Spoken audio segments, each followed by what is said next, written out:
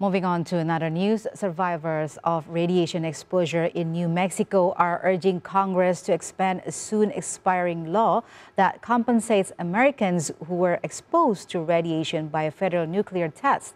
Gustavo Martinez Contreras has our story from Albuquerque.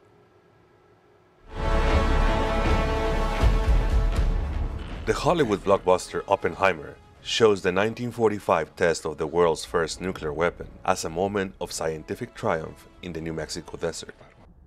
For Wesley Beres, the blast that night shattered the window of the bedroom that the 5-year-old was sharing with his brother.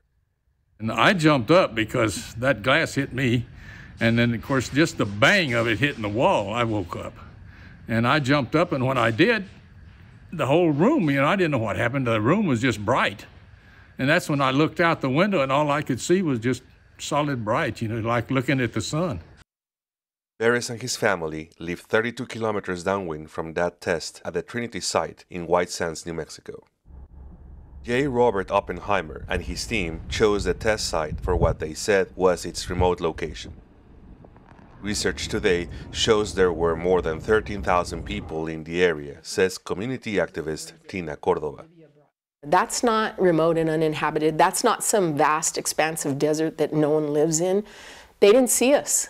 They didn't see us. They counted on us to be uneducated, unsophisticated, and unable to stand up for ourselves. And they bombed us. Now 85, Beres says his parents and siblings all suffered cancers that they believed were related to radiation exposure. There has not been a comprehensive study of the health of people downwind of those atomic tests to prove that.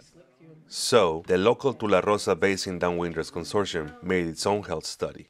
Retired physician Arlene Brown, who helped with that research, says she saw cancer patterns throughout her years of practice in the area. Families that have lost every family member or have lost, 9 out of 10 family members to cancer that could have been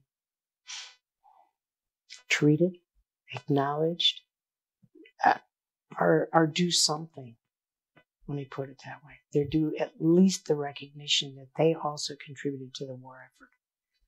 And they're not even acknowledged as having existed,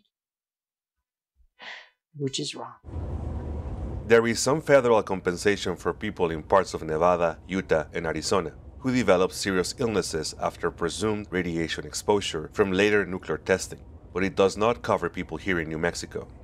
The Radiation Exposure Compensation Act expires June 10, unless it is extended by Congress in legislation that has already passed the Senate and would extend coverage to people in New Mexico. VOA contacted the U.S. Department of Energy for comment. The department referred VOA to a White House statement that endorsed extending the radiation compensation. The Biden administration says it has, quote, made it a priority to address the health-related harms associated with environmental exposures to toxins, end quote.